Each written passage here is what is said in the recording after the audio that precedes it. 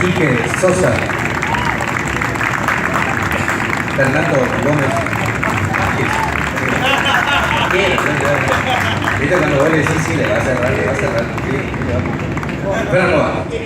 Y Lucas Monzón, vamos a despedir con uno de los grandes clásicos del Chabón. Será hasta siempre.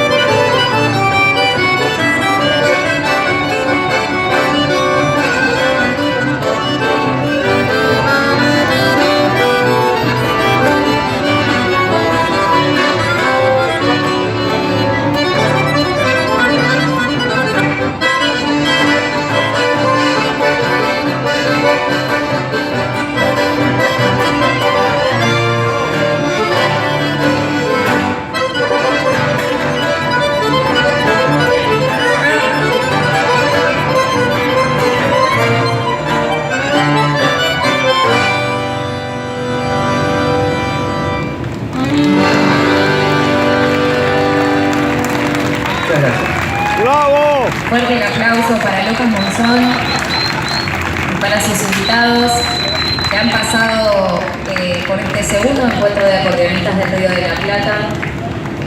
Los convocamos para el año que viene, por supuesto.